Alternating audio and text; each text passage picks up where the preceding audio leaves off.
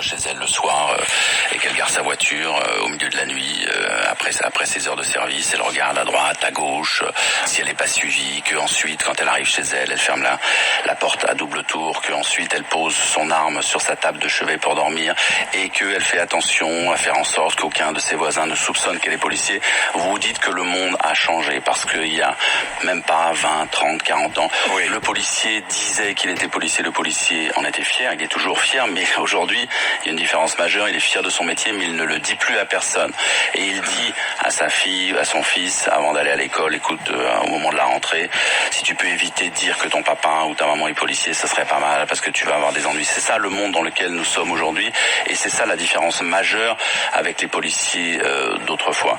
C'est que on ne peut plus assumer, on ne peut plus le dire, parce que jusque c'est chez soi, et pas seulement dans le métier, aujourd'hui, le policier oui, mais c'est un choix, ce métier de policier. C'est un choix, on sait qu'on va être confronté à cela. Alors est-on suffisamment bien formé? Est-on préparé à cela? Alors la plupart des jeunes policiers que j'ai rencontrés sont nés en province, ont grandi dans des conditions plutôt confortables, loin de nos centres-villes, et ont débarqué du jour au lendemain dans les pires endroits de France. Les pires endroits, caillassage, un four qui tombe sur le toit de sa voiture, des cocktails Molotov qui enflamment les pneus, les agressions dans la rue ou même au supermarché, et quand on le reconnaît. Et dont la presse aujourd'hui ne parle plus beaucoup. Oui, c'est vrai.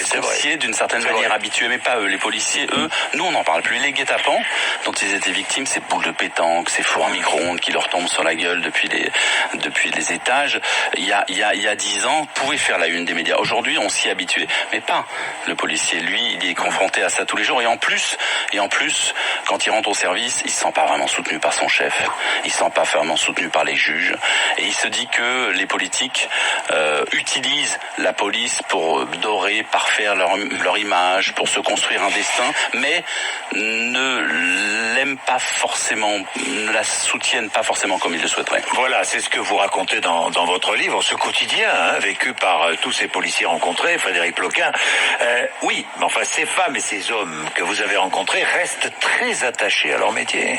Alors ça je dois le dire aujourd'hui, les Français, nous avons la chance d'avoir des jeunes policiers extrêmement motivés qui aiment leur métier. Parce que vu les conditions dans lesquelles ils l'exercent, évidemment, il y a beaucoup d'argent qui a été déversé ces 3 dernières années sur la police, d'accord? Mais quand vous allez pousser la porte d'un commissariat que vous retrouvez avec des odeurs d'égout, il faut aller les voir. C'est les salles de bain, les toilettes de ces commissariats de banlieue.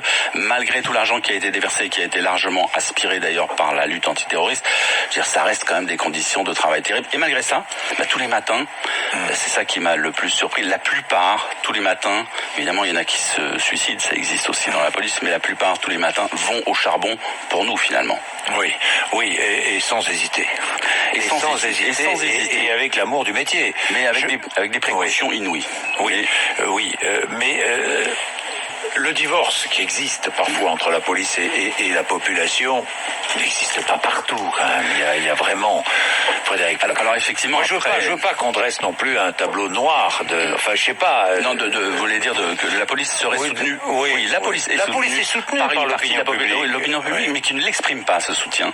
En fait, ce que la police ressent au quotidien, c'est plutôt la haine anti-flic, qui habite à la fois les petits caïds, les néo-anarchistes qui les caillassent dans les manifestations, qui les caillassent pas seulement, parce que maintenant ils mettent le feu à leur voiture avec eux à l'intérieur, ce qui ne se faisait pas il y a 20 ans. Oui, c'est vrai. Donc il y a quelque chose là qui s'est brisé, mais ce qui n'empêche pas une large partie de l'opinion publique, effectivement, d'aimer la police, mais de ne pas forcément le dire. Après le Bataclan, après Charlie Hebdo, plutôt, vous vous souvenez, il y a une espèce d'élan d'amour manifesté de la population. Oui. Mais c'est un amour qui a duré 24 heures, et 3 jours plus tard, ou quelques jours plus tard, vous vous êtes retrouvé avec l'affaire Théo, avec une partie des médias accusant la police à la une de viol sans même avoir vérifié quoi que ce soit. Et ça, pour les policiers, c'est difficile à supporter. Ça explique pourquoi moi j'ai rencontré une police composée de gens qui se sont beaucoup repliés sur eux-mêmes et qui ne comptent finalement que sur eux-mêmes. Et en cas d'accident, d'attaque, de mort en service, c'est d'abord sur eux qu'ils comptent. Merci Frédéric Ploquin. La peur a changé de camp aux éditions Albin demain, Michel. Merci beaucoup. Merci. Il est 7h48. Géraldine de Maury, plus de 30 degrés au bord de l'Atlantique cet après-midi.